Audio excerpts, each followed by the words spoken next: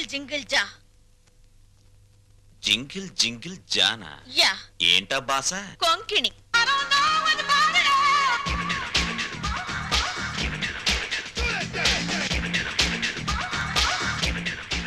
ఏంటి ఆ చేతగాని చవటగాడి మీద నీ బిగరు పొగరు చూపిస్తున్నావు? ఏ నీకు కూడా చూపించనా? చూపించు. నేను చూపించేదేదో నేను చూపిస్తా. చా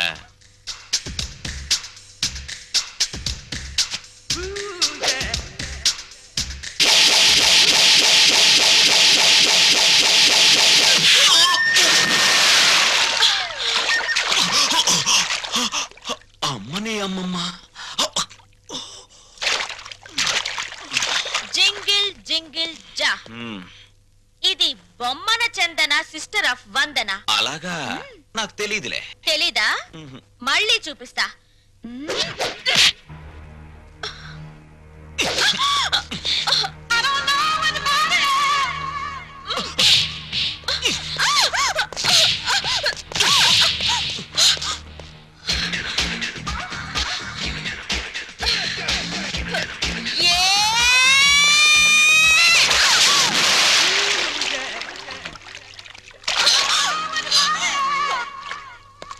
జింగిల్ జింగిల్ జా, నాతో పెట్టుకుంటే డిప్పలో పప్పు రాలుద్ది.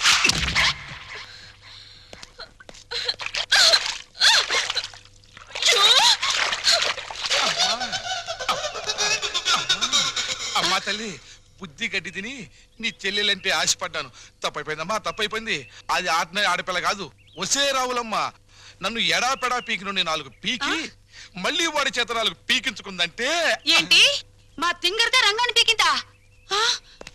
ఏమిటి దేవుడు లాంటి రక్షకుడు ఆ రంగాన్ని పీకేవా? పోసి నా తింగర బుచ్చి. రంగడు ఆ రౌడీ మీద ఎందుకు పడ్డాడో తెలుసా? ఆడు నా ఎంటబడి నిన్ను నానా కూతలు కూస్తుంటే నేనే రంగని హెల్ప్ అడిగాను. రంగడు నీ పరువు నా పరువు కాపాడడం కోసం వాడి మీద పడ్డాడు. ఇప్పుడు ఏమైందని? ఇదేంటి రింగు? ఈ రింగు ఆ రంగాదే. ఫైట్ లో నొక్కేశా. ఇప్పుడు ఆ దుష్యంతుడి రింగు ఈ శకుంతల ఫింగర్ కి ఫిట్ అయిపోయిందనుకో. జింగిల్ జింగిల్ జా.